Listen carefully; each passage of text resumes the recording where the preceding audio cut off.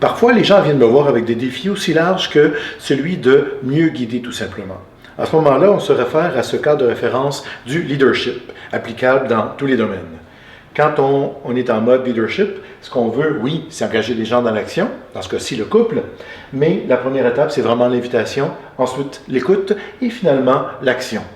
Quand on parle d'invitation, on parle beaucoup d'intention.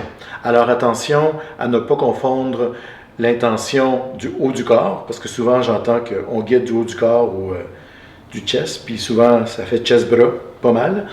Alors l'idée, la manière que j'aime mieux définir l'intention, c'est comme étant la préparation globale de tout notre être dans une direction très précise. Par exemple, si je prépare le haut de mon corps à aller quelque part, c'est beaucoup moins fort au niveau de la guide que si je prépare l'ensemble de mon être à aller d'un côté ou l'autre.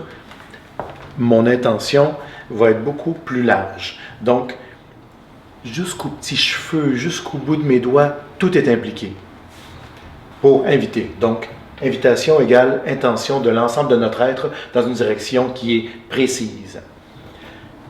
Et référez-vous aux vidéos sur l'horizon plutôt que le prochain pas pour aller plus loin. Deuxième étape, c'est l'écoute.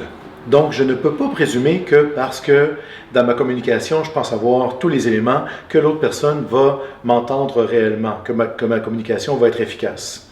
Lorsqu'on communique, de manière générale, avec des mots, avec tout notre être, ça arrive qu'il y a des problèmes de non-communication. Alors, imaginez-vous ici, on est tout en go, on communique seulement avec notre corps. Donc, les possibilités que la communication ne fonctionne pas comme on l'avait prévu dans notre intention initiale sont très grandes. D'où l'importance d'écouter. Il y a des fois où on a tendance à penser qu'on guide, donc on prend les décisions. Non, si je guide, je suis. Dans le sens que si je suis clair dans mon invitation, par exemple, sortons du tango, si j'ai la chance de rencontrer quelqu'un qui est vraiment à mon goût, que je l'invite à sortir, que j'invite la personne au cinéma, puis que là, la personne me dit « Sais-tu, j'aimerais mieux aller manger. » Si moi, je dis « Non, non, on va au cinéma ce soir », le rendez-vous ne se passera pas aussi bien que si j'invite au cinéma, mais la personne veut aller manger. Bon, allons au restaurant.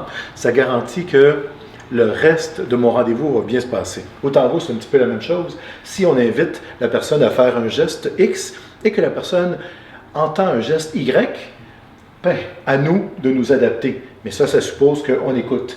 Pas qu'on se dit notre message va être clair et c'est tout. On fait de notre mieux pour que notre message soit clair. Ensuite, on écoute et finalement, l'action qu'on pose va être grandement facilitée dans le sens que si et c'est ça qui donne toute la créativité tout en go, si je donne une intention, par exemple, je vous guide, je vous donne une intention d'aller vers votre droite, j'écoute et une fois que vous allez à votre droite, je vais avec vous, ça fait quelque chose qui est très fluide. Je vous invite cette fois-ci à aller à votre gauche. L'invitation est avec l'ensemble de mon être, je vous écoute et une fois que vous êtes allé à votre gauche, moi je peux faire quelque chose de différent, je peux aller dans une direction complètement différente, voire opposée, tout en étant avec vous, ce qui me donne énormément de créativité. Donc pour répondre à la question, comment mieux guider? En appliquant ce principe de base, invitation, écoute et action.